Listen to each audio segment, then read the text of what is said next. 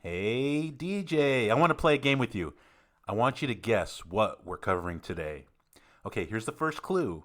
It's about a superhero who broods in the rain.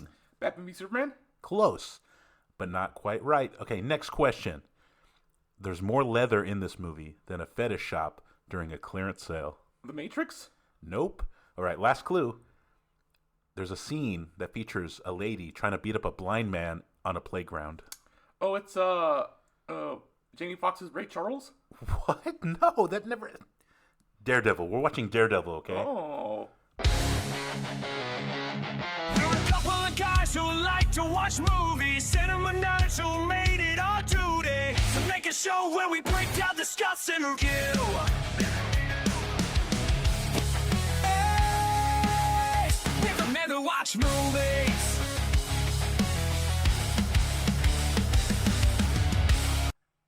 Hello, everyone, and welcome to another fabulous episode of The Men Who Watch Movies. My name is Alec. And my name's DJ the Movie Man Wagner, also known as the COE of the Men Who Watch Movies. That is correct. And we got another great episode for you today. But first, welcome to the podcast where we deep dive into movies that we love, that we hate, and once so bad, we question our life choices. But today we're specifically talking about 2003's Daredevil with Ben Affleck. Oh, yeah. Now, we chose this because we've been watching the Daredevil Born Again series on Disney+. And it is badass. Yeah, it's amazing, and we wanted to take a look back at Daredevil's movie past. And who can forget that brooding rock and roll fest, that we all... I don't know. Would you say you loved it back then? Oh, yeah. I mean, it's very, very different, very, very creative. I loved it. It didn't do well when it came out, but I was obsessed with it. And we're gonna take a look at it. Is it as good as we remember it? But first, before we get into all that, we're gonna do what we always do and deep dive into some movie news this week in movie news. Cue that intro.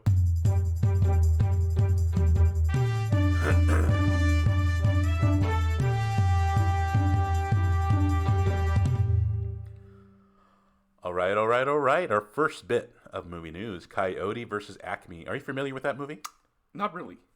It's because they haven't released it yet. We've talked about this before, but Coyote versus Acme is the film where Wile E. Coyote sues Acme for faulty products. It was originally shelved by Warner Brothers for tax purposes, but after public backlash, indie distributor Ketchup Entertainment is looking to buy it for $50 million, which means we might get to see it after all. What do you think about that?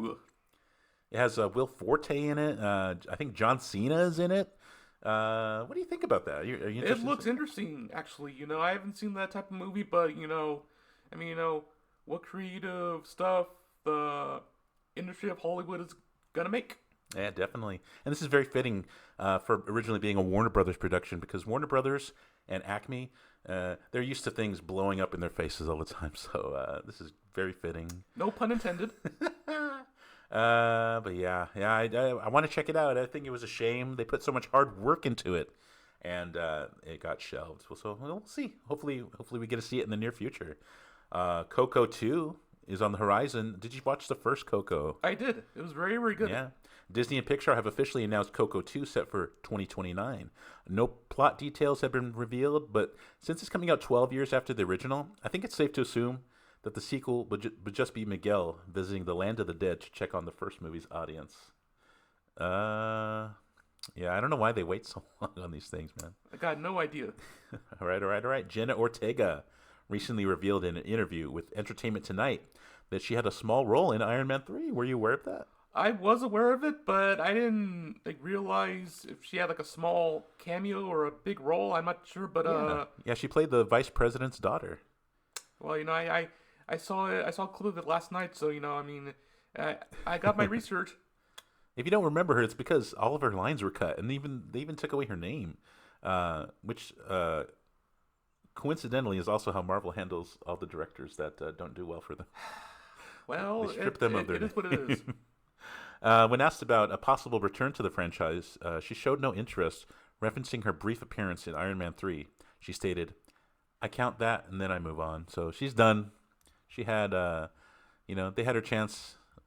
They had their chance to have Jenna Ortega in the Marvel movies, and they kind of wasted it.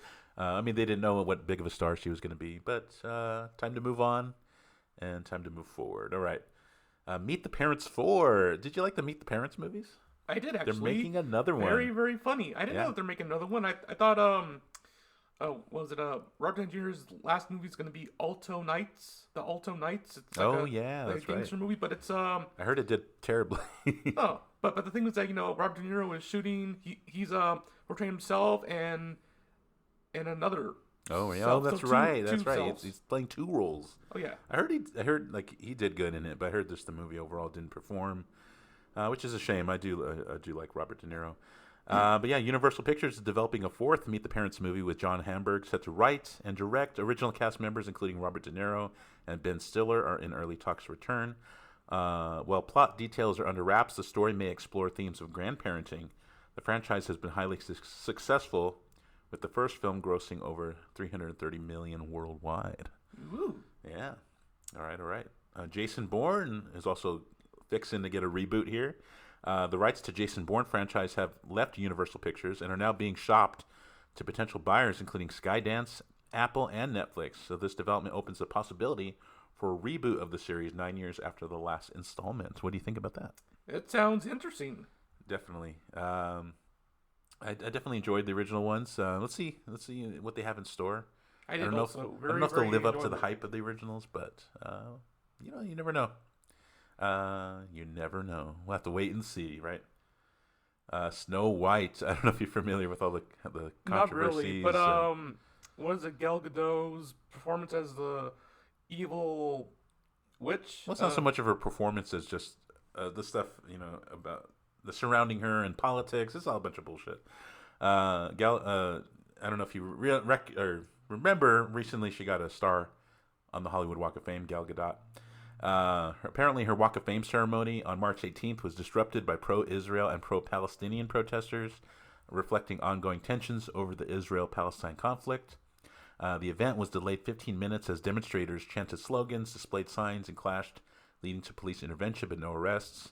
Gadot, who had been vocal in her support for Israel, proceeded with the ceremony, expressing gratitude to her colleagues and highlighting her Israeli heritage. The protests coincided with the Israel airstrikes on Gaza and reportedly created tensions with her Snow White co-star Rachel Zegler, who supports the Free Palestine movement. So that's got to be awkward.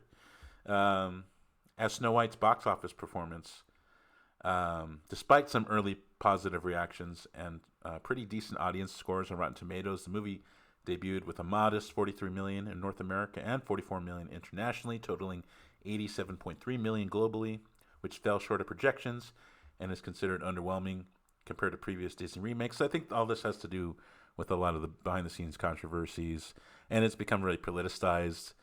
A lot of the far-right dickheads have been using it as fodder to say, like, hey, it's the end of woke in Hollywood and all that bullshit. What do you think about that? It's just ridiculous. People shouldn't be protesting anyway. Peaceful protest, and then that's it. I'm against protesting. Yeah. Actually, it's dangerous. It's just ridiculous. It's just no. I mean, protesting is essential, but when when it becomes so radicalized, it can become dangerous. So you're right in that sense. Well, I think also the far right is pushing up back against it because apparently I didn't know this, but Rachel Zegler, she posted something online saying "fuck Donald Trump," and after that, Disney appointed her a social media handler to make sure they vetted her posts. But I don't know, that just makes her badass in my eyes. And then speaking of MAGA dickheads, MAGA ass licker Rob Schneider had a comment about it. He recently tweeted or X'd on X, "I would like to sincerely thank @Disney Studios for single-handedly ending wokeness in Hollywood. I wish all the executives who participated in Disney's new live-action Snow White the best of luck in their new jobs outside of show business." Which is funny because him calling out the movie for being a disaster is ironic because most people think that his career is a disaster. Except for Adam Sandler, apparently he treats him like a Make-A-Wish kid and just drops him a lifeline every so often. But yeah, he's no one. Someone whose main starring role is Deuce Bigalow, male gigolo. He shouldn't have a say in Hollywood. He shouldn't be gatekeeping what's good and bad in Hollywood. So suck a dick, Rob Schneider. Not that he listens, nor would I want him to. Not that anyone listens to this show, but he can go fuck off. Anyway, moving on. Not to get too off topic here. Last big news. Okay, I'm really excited for this one. I don't know if you heard it. They announced some Avengers casting news. Did you hear it? Oh yeah, which one again? Okay, I'm gonna go over it. This is exciting. Okay, Marvel Studios shocked fans this week by announcing the cast of Avengers Doomsday set for the release on May 1st, 2026. Not only will Robert Downey Jr. return, not as Iron Man, but as Doctor Doom. The cast also includes a mixture of returning MCU actors and newcomers such as Chris Hemsworth, Anthony Mackie, Tom Hiddleston, Letitia Wright, who plays Shuri, Paul Rudd, Simu Liu is coming back as Shang-Chi. We haven't seen him since his original movie. That's exciting. Florence Pugh, of course, she's Black Widow's sister, Yelena Bova. And Tino Huerta is coming back as Namor. Oh. Yeah, and apparently he had been involved, kind of like Jonathan Majors, he had been involved in some controversies where they said that he may have allegedly sexually assaulted somebody, but nothing ever came of it. So I think that's why they're bringing him back into the fold. None of the allegations stuck. And yeah, I heard even Jonathan Majors might make a comeback. He's been writing Disney and Marvel and all them, saying that he's interested in coming back, even if it's for a small amount of closure on his character. I think they should do it. I think they should bring him back. And but here's some more surprising casting news. The film also introduced characters from Fox's early 2000 X-Men films. Patrick Stewart's coming back. Yeah. Ian McKellen. Woohoo. James Marsden as Cyclops. Yeah. Alan Cummings as Nightcrawler. Woohoo. Rebecca Romijn as Mystique. Yeah. And aside from that, they're including the new Fantastic Four cast. Vanessa Kirby as Sue Storm. Pedro Pascal as Reed Richards. Along with Joseph Quinn, Johnny Storm, and Eben Moss-Baccarat as Ben Grimm. This is going to be epic. And that's just the first round of casting reveal. There's still more to come. So I'm glad that they're bringing in all the classics into the fold. I couldn't be more excited. The news came as a surprise, mostly because the normally tight-lipped Marvel just dropped more top-secret information than the Trump administration. Ironically, every actor that was announced also got a text from Secretary of Defense Pete Hegseth about the airstrikes in Yemen. So at least Marvel isn't the only one handing out the spoilers here. But anyway, I kid. But yeah, that was exciting to me. That was the biggest news of this week, so I'm glad we were able to cover it. But yeah, are you excited? I am very pumped. excited. Yeah, baby. I see this as an absolute win.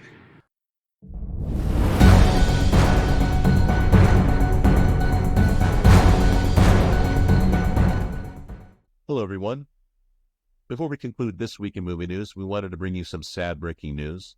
This episode you're listening to now was recorded a week ago, so we're bringing you news that we learned as of yesterday, April 1st, 2025.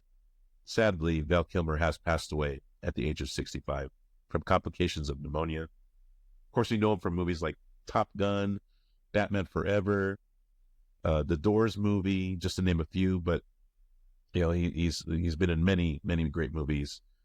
Of course, we know he had a lot of health complications. In 2015, he was diagnosed with throat cancer. He ended up losing his voice as a result of it, but he worked through it all. And he had that great documentary that came out not that long ago about his life, which is excellent. So we'll definitely be doing a tribute episode to him next week on Wednesday.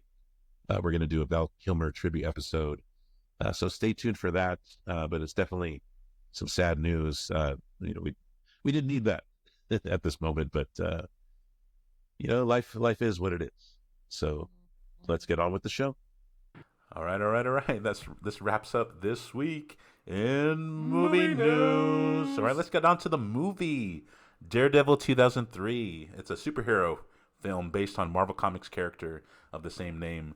The film explores the life of Matt Murdock, a blind lawyer who fights crime as the vigilante Daredevil in New York City's Hell's Kitchen. It's directed by Mark Steven Johnson, who also directed Nicolas Cage and Ghost Rider. And the movie features a notable cast and underwent a complex production process before receiving mixed reviews upon its release. Man, I don't know. Like I said, I was obsessed with this movie when it came out.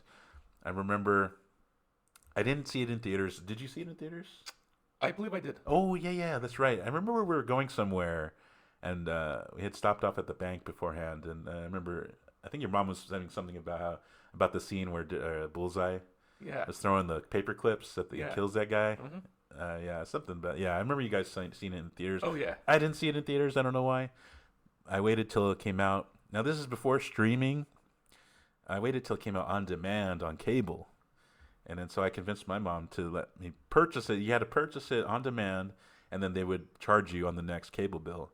And then so we still had a VH. This is how long ago it was. We still had a functioning VHS, a VCR. I recorded it off cable, like the pirate I am. And don't come after me. Anyway, I recorded it off there, and I had, for the longest time, I had a recorded VHS tape of Daredevil until I got the DVDs. And then I discovered the director's cut DVD, and it's just, and I love this movie. It was great. I know looking back on it, it has a bit of dated, silly moments, but I think that makes it more nostalgic than anything. The music in it's great. I love the Hoop Stink and Nickelback. Nickelback, man. I love the music, man. I unironically like Nickelback. And people were on a Nickelback hating spree for a while. It became a bit of a meme, but I actually like Nickelback. Listening back to a lot of their songs. Look at this photograph. Oh, that was terrible. Anyway, not to get too off topic. Yeah, man. But yeah, so I think this movie. It doesn't hold up 100%, but I think it still has a place in cinematic history. The journey to bring Daredevil to the big screen began in 1997, when 20th Century Fox optioned the rights from Marvel Comics, with Chris Columbus initially set to direct. However, as Marvel faced bankruptcy in 1998, the project stalled, and the rights briefly moved to Disney. That would have been interesting. Well, now, and it's funny because now they own it. Before returning to Marvel in 1999, Marvel set up the project with Columbia Pictures, where Mark Steven Johnson, who directed this movie, was hired to write the screenplay. By 2000, Columbia canceled the project due to a disagreement over digital rights, leading to New Regency to acquire the character rights in 2000, with 20th Century Fox distributing. Johnson was rehired, and his script completed in 2001. It received positive attention at the time, leading to an increased budget following the success of Spider-Man in 2002. So we have Spider-Man to thank for this movie getting greenlit. Mark Steven Johnson, do you know what else he directed? No, I don't remember. He directed Nicolas Cage in Ghost Rider. Oh, Ghost Rider. Another great movie of that era, which features some of the most unhinged Nicolas Cage you've seen in cinema. Especially that scene where he's turning into the skull for the first time. He has his eyes, so it just makes it all the worthwhile to see it. Oh, definitely. I would check it out just for that, and you can shut it off after that. It's fine with me. But and also the parkouring henchman. But not to get too off topic here. But yeah. The movie didn't do. It did okay actually during release, but it didn't do well enough to warrant a sequel. And there was issues with Ben Affleck. He didn't want to return. He was actually quoted as saying that it inoculated him from ever wanting to do a superhero movie ever again, which we know that didn't hold up. He ended up being Batman, which ironically Kevin Smith, I think, convinced him to try it out for the role because this was the closest he thought he would ever get to being Batman, because it was based off of the Frank Miller run of Daredevil.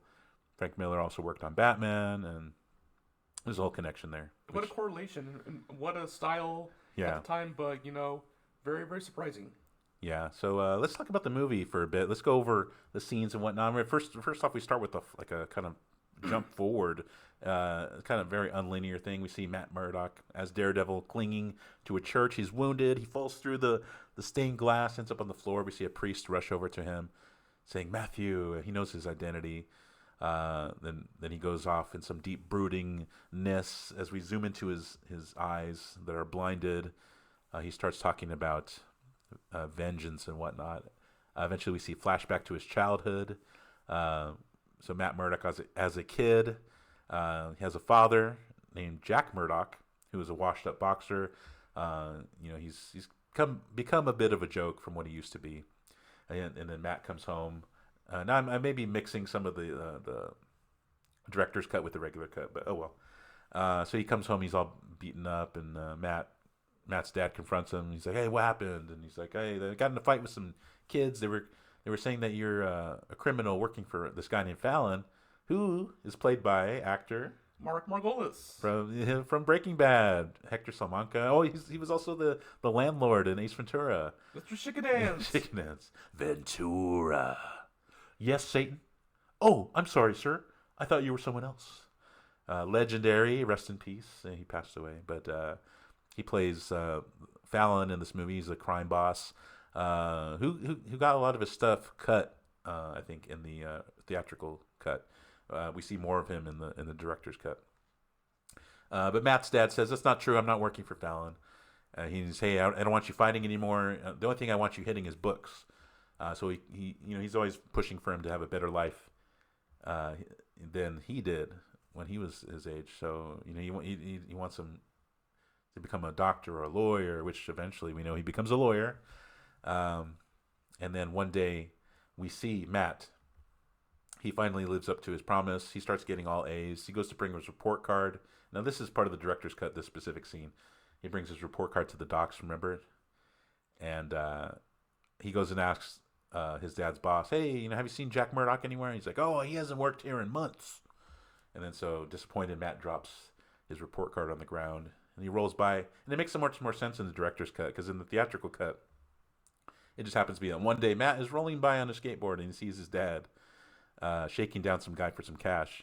But in the director's cut, he specifically went to that area to look for his dad. So it makes way more sense than he just happened to be rolling by one day and and found his dad. But yeah, his dad is shaking down some guy. He is working for Fallon, and Matt's dad sees him. Matt runs away, tears in his eyes, and his dad goes chasing after him. Unfortunately, bum, bum, bum. Where does Matt run into? Chemicals.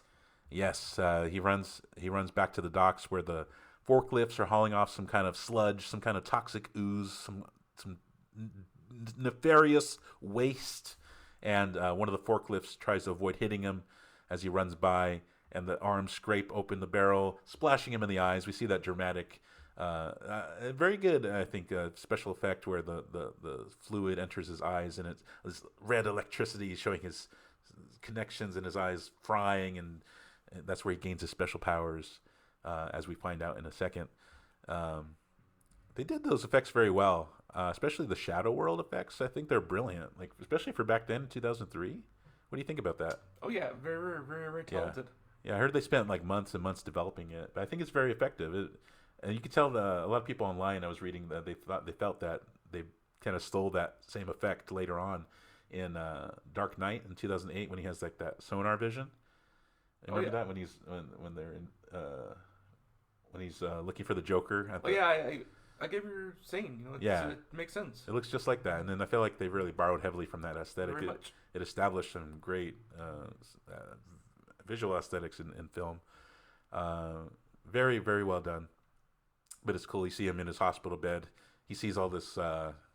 He sees all this stuff in his head because all the sounds from the people using the jackhammer outside, the beeping of the medical equipment, and it's freaking him out at first, but then eventually he learns how to control it in his head. Matt's dad goes to visit him. He feels so bad, but they make a silent promise, as Matt says, to do better. And so Matt's dad, he goes back to training. He wants to become a better boxer for his kid, so he trains really hard. And then Matt, he goes back and hits the books, and he goes back and he's studying. And not only that, he goes to train his body as well. He learns that his senses have given him like this extra ability to parkour and shit. Remember that training montage on the top of the building with Hoobastank cranking? Oh, yeah. And then he goes and at first he's like getting annoyed because his dad's punching bag is making a squeaking noise, and he gets mad and he throws a book and he actually hits it, and he realizes that the vibrations are allowing him to see in a kind of way, and then so he's able to punch the bag. He trains by like sliding on beams, like so dangerous, but luckily his senses allow him to balance, and he becomes the boy without fear, who later turns into the man without fear. And then eventually, after the montage is over, remember those kids that beat him up in the first place? He has a rematch with them. Oh yeah, and fun fact: one of the actors who was in The Sopranos, had a little cameo in this movie. Oh, really? Who was it? It was the actor who played A.J. Soprano. Nice. I didn't know that. I never watched The Sopranos. I know. No, Are you serious? It's okay. You know, I'm Hey, sure. I didn't have HBO growing up. Not until later on, and by the time Sopranos was over. But I have Max now. I could probably watch it, but I have so many shows I'm trying to watch right now. I've been trying to watch The Righteous Gemstones for a while, and I still haven't got caught up with that. But not to get too off topic here. Anyway, yeah. So he beats the shit out of those kids, and then and like he does like a backflip and kicks one of them. And that was an epic move. Oh, and then like the main bully, he gets his cane. He starts whipping his face with it. Leaves like red marks on his face, and then there's this like tubby kid who he like throws into a wall. It's pretty funny. You can tell he doesn't hurt him seriously because they're all conscious still, and they end up running away like scared little bitches. But Matt, he's successful. And then later on we see Matt's dad, Jack Murdoch, is having his rematch. They call him Jack the Devil Murdoch. It was actually something different in the comics. Do you know what it was? Battling Jack? Yeah, Battling Jack Murdoch. I think they actually ended up using that in the TV series, right? Oh yeah. But yeah, so he's gonna have his rematch, and we find out that Fallon, who he was working for, wants him to throw the fight. But because of his silent promise to his kid, he's like, I ain't doing it. I'm not throwing the fight. I have too much pride in myself. But fortunately, as Kingpin says later in the movie, what does he say? There's an old saying that too much pride can kill a man. Yeah, exactly. And unfortunately, that's what does Jack Murdoch in. So we see that Jack wins the fight. He's successful. Then all of a sudden, this mysterious figure emerges from a limousine. Could be him. No, we don't know who it is yet. It's Kingpin. Anyway. Could be him. Not sure. Anyway, a mysterious figure emerges from the limousine, beats the shit out of Jack, and kills him. Matt is looking for his dad. He finds him dead on the street with a single clue on his chest.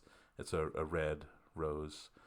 And then that death is what leads Matt to not only becoming a lawyer, but becoming the devil of Hell's Kitchen. He wants to seek revenge. Definitely a classic superhero origin story, very reminiscent of Batman, which, like I said, we would go see Ben Affleck go on to play in Batman vs Superman, Justice League, and all that. And then we see Matt as an adult. He wakes up in his apartment building, getting ready for the day, cranking some Nickelback. No, it wasn't Nickelback. It was Sync. No, I think it was Seether. He's jamming onto some Seether, and he's getting ready for the day, folding his bills so he can know what money he has in his wallet. And he goes to a court case where he defends this lady who was sexually assaulted by a guy named Joe Quesada, which is funny because Joe Quesada is the name of former editor-in-chief for Marvel, and he's also a famous comic book artist.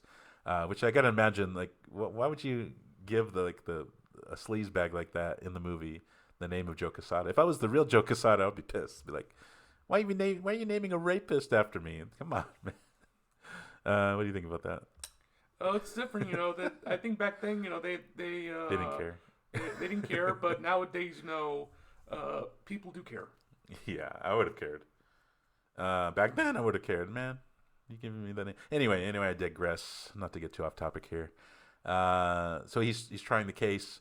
He's able to, with his super hearing, he's able to hear that he has an irregular heartbeat, meaning that he's lying while he's testifying on the stands. He claims his innocence, but unfortunately, he has ties to the Kingpin. He has high-priced lawyers backing him up, and he's able to get acquitted. But not in the eyes of the Daredevil. We see that epic suit-up scene after the court case. Matt, he goes in. There's a transition where you can see it through his the reflection on his sunglasses. You see his cane retract, and all of a sudden the background fades. Now we're back in his apartment, and we get like a suit-up scene that's epic. Like it's like a Batman suit-up scene that we've seen in like back in the day, like in the Tim Burton Batmans and stuff like that, where he's putting on his boots, he gets on his gloves, his helmet, and then he starts doing flippy doos with his batons, which is funny because he's alone in his apartment. Who's he doing these fancy flips for? I don't know. I thought that was kind of hilarious, but he suits up, goes out into the night. We see, man, he has like these crazy abilities. He could jump like super high.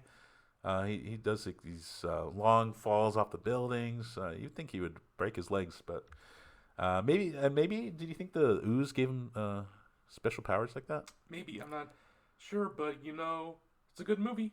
Yeah, well, the ooze is the same stuff that apparently gave the Ninja Turtle. I don't know if you know that.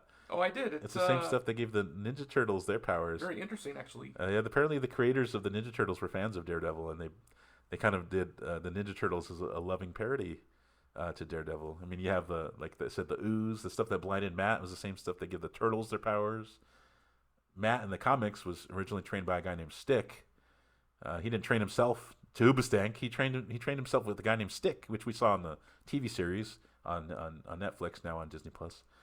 And Ninja Turtles had Splinter, who trained him, so it's kind of a play on Stick. And then you had Daredevil fought a ninja group called the Hand, and the Ninja Turtles fought the Foot Clan. So there's a little trivia for you there today. For anyone who didn't know, it is kind of trivia. It's becoming more widely known trivia, but there's probably some of you out there who don't know that. So I thought that was a little bit fun. But yeah, so Matt, he goes to Josie's bar, which is a known criminal hangout. We've seen it in the TV show, but it's become more of a cop bar now. But in the comic books, it was a criminal hangout, as it is in this movie. We see Joe Quesada, the rapist, with a bunch of his buddies, and Matt hanging out in the shadows. And then we see a guy. He goes, "Hey, boss, what's up with that? You know who the guy is?" The Rock's cousin? Yeah, I told you earlier off pod. Yeah, it's the Rock's cousin. He kind of looks like him if you know what you're looking for now. And then Joe Quesada asks, "What do you want?" And then he says, and then Daredevil says in his deepest brooding voice, "Justice." And he throws his baton. Shit goes off the chain. Nickelback starts cranking. It gets exciting. We see Matt beating the shit out of everybody. There's bullets flying. He's able to avoid them with his radar sense. There's this one epic kick that he does. He jumps, he does parkour off the side of a chain link fence, kicks a guy in the jaw. He even zip lines up to the ceiling fan. Everything's going crazy. Eventually, he beats up all the henchmen. He kicks a beer bottle that catches fire. And I love that dramatic scene, though. The pool table's on fire. He walks over to Quesada. And I think this was in the director's cut, but he says, "Quesada, time to give the devil his due." And then he's just chasing him through the streets. He ends up chasing him down into a subway. And then eventually... Now I think that this was part of the director's cut where you see Quesada. He gets a jump on him, and he's about to put a bullet in his head, and then Daredevil, he hears the clanking of all the gears shifting in the gun or whatever, and then he's able to knock it out of his hand, knocks him into the tracks of the subway. I don't think we see the whole scene where the gun clicks first. I think he just kind of in the theatrical cut. He just kind of knocks him onto the train tracks. But then surprisingly, a lot of people didn't like this, but he lets Quesada die. Do you remember the epic line that he said? As Quesada begged for his life? That noise? That's not heaven. That's the C train. Close. He sees the light coming from the train. He's like, "Hey, see that light at the end of the tunnel? That's not heaven. That's the C train." And all of a sudden, we cut to all these investigators and forensic team. We see them hauling away the two halves of Joe Quesada. And then Ben Urich, played by Joe Pantoliano, he's there investigating. He's been trying to find out who the Daredevil is. People don't believe that there's a Daredevil, or people are trying to cover up the fact that there's a Daredevil. They don't want to freak anyone out. Kind of like Batman in the '89 Batman. They don't want to acknowledge it. It's nonsense to them. But Joe Pantoliano is on the case. He wants to find it out. And then he's interviewing everyone that seemed annoyed by him. He's kind of like the Knox of this movie, Alexander Knox. And at one point he sees everyone's doubting the existence of a Daredevil, and he sees something on the floor. He throws a cigarette. It ignites the Daredevil logo on the ground. I guess Daredevil just stuck around for a good 25-30 minutes just painting his logo in lighter fluid. I don't know why he would do that, but I guess dramatic effect. What do you think? Oh yeah, it's a good movie. It's good special effects. I don't think there was CGI back then. Oh yeah, there was plenty of CGI, and there's some bad CGI, but it's okay. What did you think about the effects in this movie? Oh, they're excellent. Yeah. What would you say your favorite scene was? I don't know. I think the fight scenes in the bar. Yeah, very good. That's pretty hardcore, man. But yeah. Anyway, not to get too off topic. The next day, Matt and Foggy visit a coffee shop where Matt meets Elektra Nachios, played by Jennifer Garner, the beautiful and skilled daughter of billionaire Nicolas Nachios. Their flirtation leads to a playful martial arts sparring session in the park, where Elektra holds her own against Matt, and they form an instant connection. That's one of the most criticized scenes in the movie. What do you think about that fight?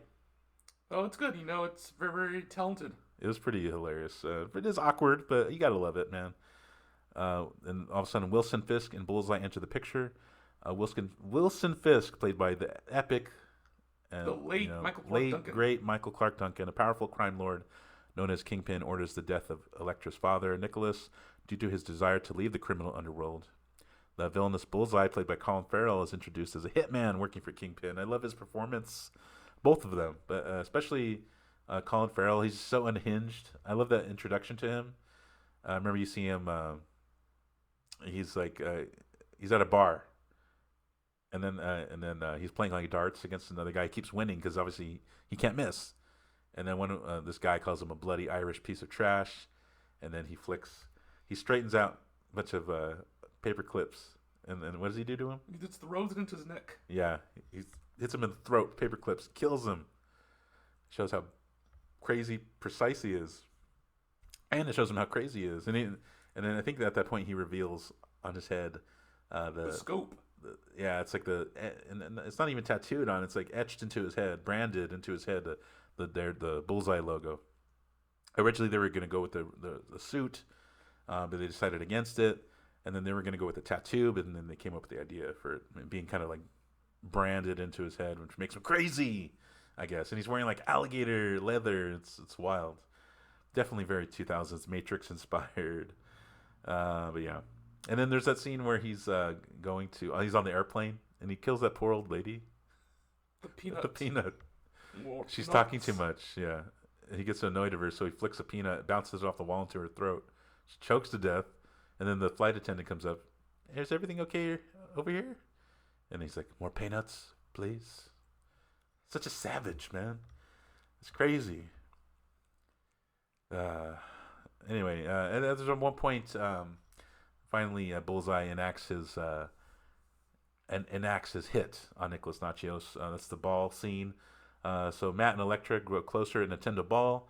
Meanwhile, Fisk gets his plan in motion to eliminate Nachios. Matt, using his enhanced hearing, senses something sinister is about to happen. Bullseye ambushes Nachios in the street and kills him with one of Daredevil's billy clubs, which he fails to catch after the motorcycle explodes, throwing off his senses. And then Daredevil is framed for the murder. In the process, Elektra, witnessing the attack from a distance, is convinced that Daredevil is responsible and vows revenge. And we see her in that epic training montage to Evanescence's Bring Me to Life. Oh yeah. It's never explained like how she knows all this martial arts and stuff like Maybe that. she trained before the movie. Before the movie. Sure. I mean, I'm assuming, that's what we assume at some point she's trained before. Are we to believe that, that this is her first time training? Did she buy a book or something? Maybe. Look it I'm up not on sure. the early internet? How to become a martial arts master? I doubt it. I don't know. They should have explained that a little bit at least. Like, hey, my dad got me this trainer because I'm the only girl in the family, and he wanted to protect me, or he wanted me to protect myself. I don't know. Just the one-off line would have been fine. But she trains the epic training montage. She's getting ready to kill Daredevil for what she believed he did. Eventually, we have the Efric. Sorry, I can't speak today. You understand the words coming out of my mouth? Anyway, they have the epic meetup on the rooftop. But before that, we see Ben Urich meet up with a forensic assistant who's tipped off Urich about something interesting they found at the crime scene. They recovered Daredevil's billy club, and Kirby shows Urich. Kirby, played by Kevin Smith, who convinced Ben Affleck to try out for this movie. And he also, I think he's written for Daredevil in the past. He plays Kirby, the forensic assistant. He shows Yurik that the club transforms into a cane, and Yurik begins to put two and two together that Matt may in fact be Daredevil. Yeah. And then eventually we have Elektra versus Daredevil. Heartbroken and seeking vengeance, Elektra hones her skills in the training montage. She tracks down Daredevil and fights him on a rooftop, stabbing him with her sai. But as she removes his mask, she realizes Matt is Daredevil. And before she can react, Bullseye arrives and attacks. He's explaining, "It wasn't me. It was that guy. It was Bullseye." And then first she doesn't believe him. But then as soon as she sees it's Matt, she knows she can trust Matt. And Bullseye shows up shortly after, taunting her. And eventually their attention is on Bullseye now. But Matt's wounded. He can't really help Elektra too much. And unfortunately, Bullseye is too much for Elektra to handle by herself. He's so deadly. Yeah. Bullseye easily overpowers Elektra and kills her with her own weapon, leaving Matt devastated. He swears to take down Bullseye and the Kingpin. Matt pursues Bullseye, leading to a showdown inside of a church.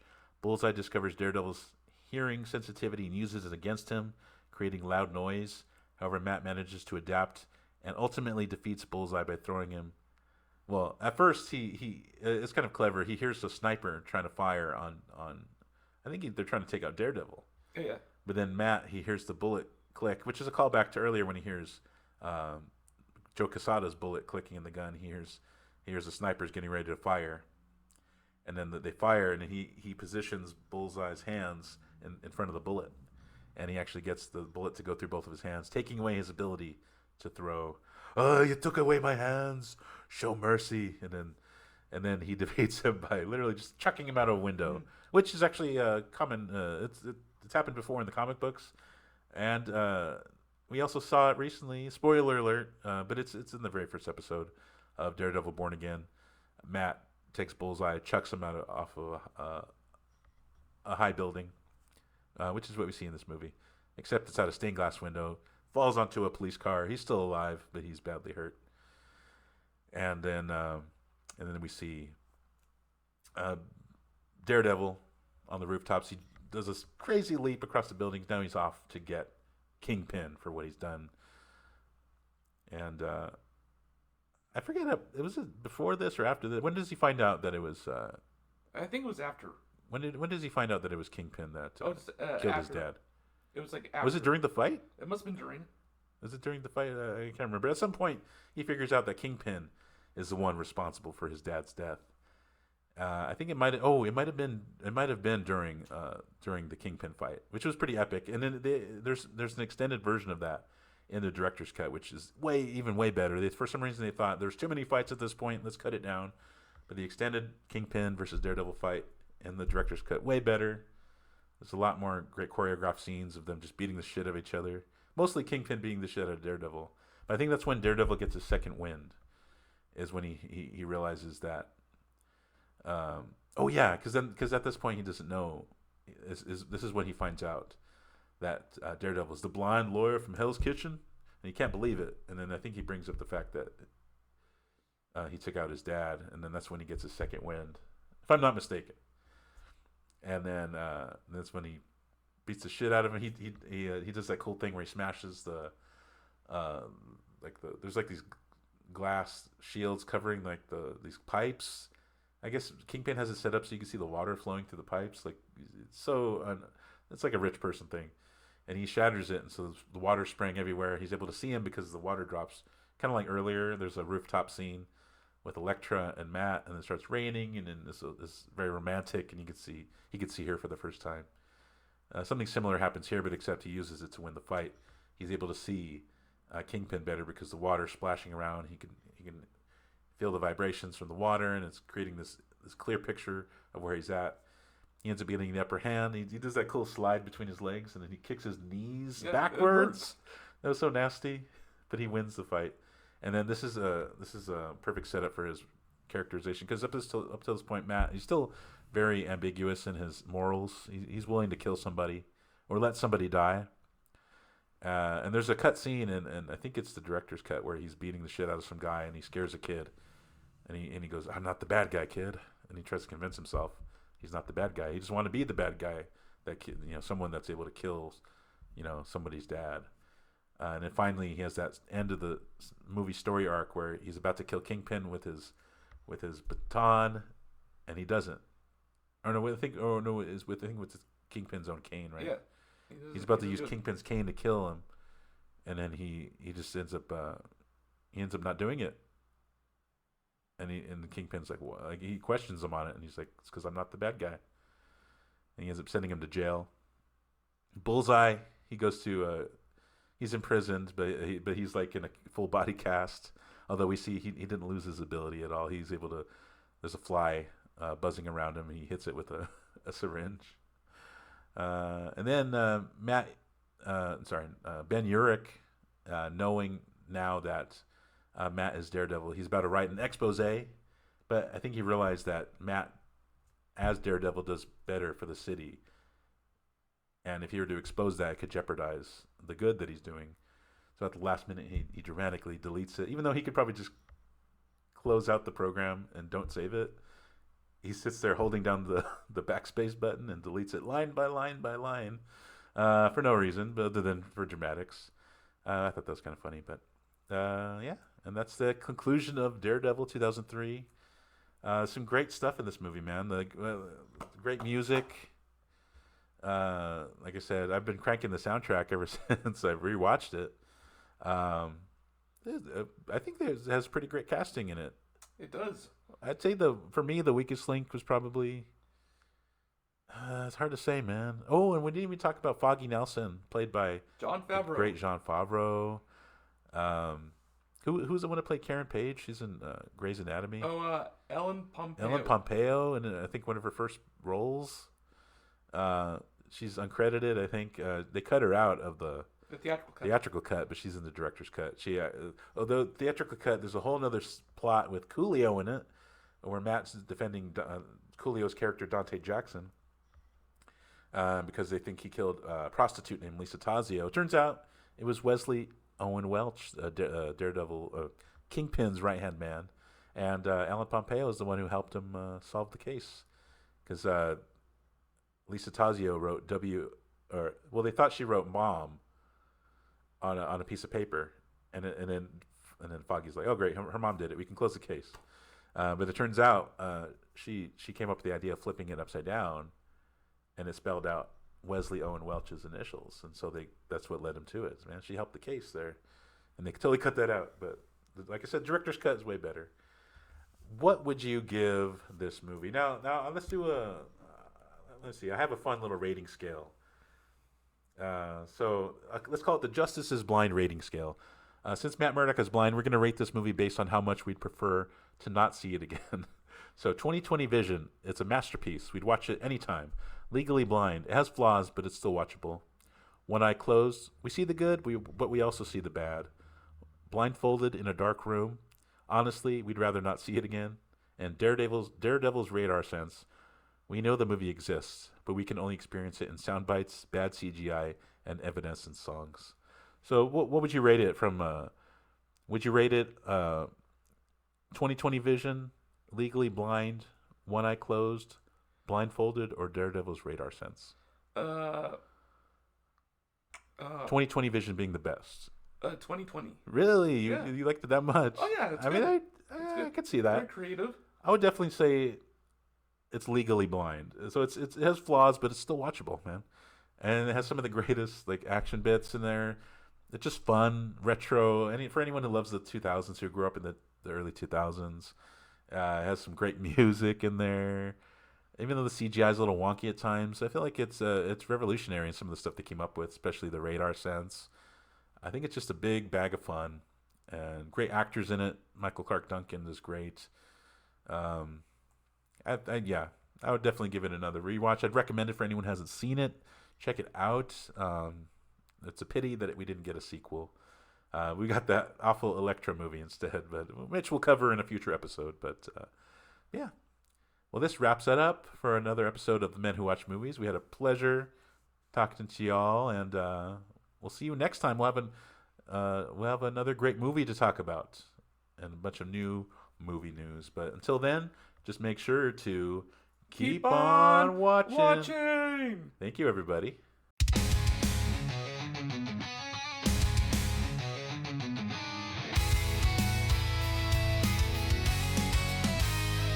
took a trip back to 2003. Ben Affleck suited up, blind but he could see. We thought it was epic back in the day. Now it's just good.